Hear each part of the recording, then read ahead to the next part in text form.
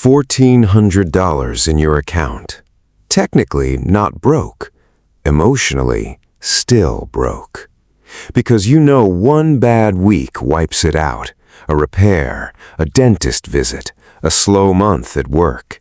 And that $1,400 was never really yours. It was just borrowed time. Here's the part almost nobody tells you. There's a specific number where that feeling actually flips. Not because you're rich, because your brain starts working differently. And it's a lot smaller than you think. I'm Nick. Stick around because by the end of this, you'll have the exact number broken into 3 stages and a plan to hit each one. Let me prove this with one number instead of a theory. 2 people, same income, same bills, both get hit with the same $1,100 car repair on the same day. Person A has $400 saved. That repair goes on a credit card at 22% interest, minimum payments only. 18 months later, they're still paying it off, and it's cost them almost $300 extra in interest alone. One repair, 18 months of bleeding money. Person B has a $7,000 cushion. Same repair, they pay it. Balance drops to $5,900. Annoying? Sure. A crisis? Not even close. 2 months later, it's rebuilt like nothing happened. Same bill, same day, same amount, completely different life for the next year and a half. That's not a coincidence. That's what a cushion actually does. It's not about being rich. It's about not letting a normal, boring, everyday problem turn into an 18-month sentence.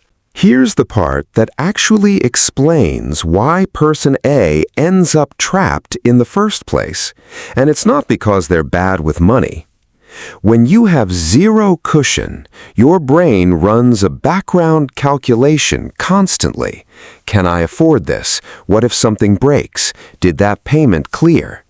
That calculation eats real mental bandwidth. Researchers who study this have found it functions almost like sleep deprivation, measurably worse decision-making, not because of intelligence, but because the brain is too busy defending against disaster to plan for anything else. That's why broke decisions keep happening, even to smart people. You don't ask, what's the best move for my future? You ask, what gets me through Thursday? And get me through Thursday thinking is exactly how people end up on the credit card, in the bad loan, stuck in the job they should have left last year. A cushion doesn't just add money, it shuts off that background noise. That's the actual product you're buying, not the dollars, the silence. So how much do you actually need? Not one scary number. 3 achievable ones, stacked. Stage 1, $1,000 to $1,500, your shock absorber. This alone catches almost every normal life emergency, the repair, the vet bill, the broken laptop, before it becomes debt. Most disasters aren't actually disasters, they're this size. Stage 2, up to $5,000 to $6,000, your stability layer. This covers a full month or 2 of real bills if income disappears completely. This is the layer that turns a layoff from a 5-alarm emergency into, I'll be fine, give me a few weeks. Stage 3, everything above that, your opportunity layer. This is the money that lets you take the course, cover the move, start the side project, invest without flinching every time the market has a bad week. This layer isn't protection anymore, it's acceleration. 3 finish lines instead of one overwhelming target. You feel the shift at each one. Here's the part that surprised me most when I actually started tracking this in my own life. With no cushion, your job owns you a little. Bad boss, unfair schedule, disrespected time, you eat it because quitting feels like jumping with no idea what's below. That's not weakness, that's rational math when you're one missed paycheck from real trouble. Cross stage 2 and something shifts in how you show up. Not reckless, just steady. You can push back without your stomach dropping. You can actually consider the better opportunity instead of dismissing it out of fear. And here's the strange part.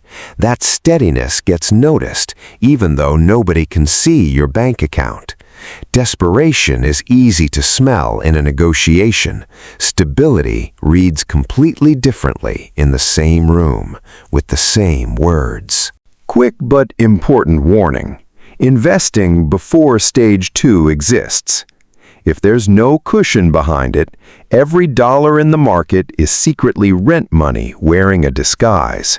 First bad month, it gets pulled out at the worst possible time, usually at a loss. Once stages 1 and 2 are solid, investing changes entirely. Market drops 15%. You're not forced into anything because that money was never covering next month's rent. You leave it alone. And leaving it alone, not timing, not picking winners, is where the actual growth happens. Fair warning, because this catches people constantly. The moment the account crosses 5 figures for the first time, the brain does something weird. It starts looking for a reason to spend part of it. New phone, a trip, I earned this. Spending money isn't the problem. Spending your foundation is. Nobody pours concrete for a house and digs half of it back up for a patio.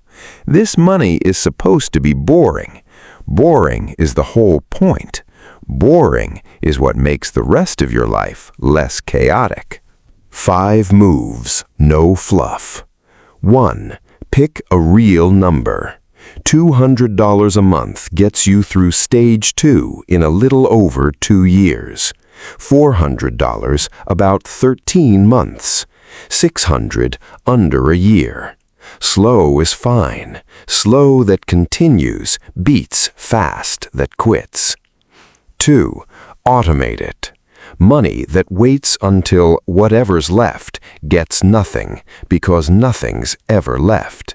Move it the second income lands. 3. Separate the account. Somewhere slightly inconvenient. Money sitting next to your everyday spending gets spent. Not a character flaw, just how humans work. 4. Redirect windfalls. Housing, transportation, subscriptions, not coffee. The math moves faster when you go after the big categories first. Before the 3 stages exist, your only job is protection. After they exist, the job flips to growth, investing, skills, opportunities, without ever touching the foundation underneath it. Not financial advice, just patterns worth knowing. The number won't make you rich, but it makes you the kind of person who eventually gets there because you'll finally be deciding from stability instead of fear. Tell me in the comments which stage you're building right now. I read every one. See you in the next video.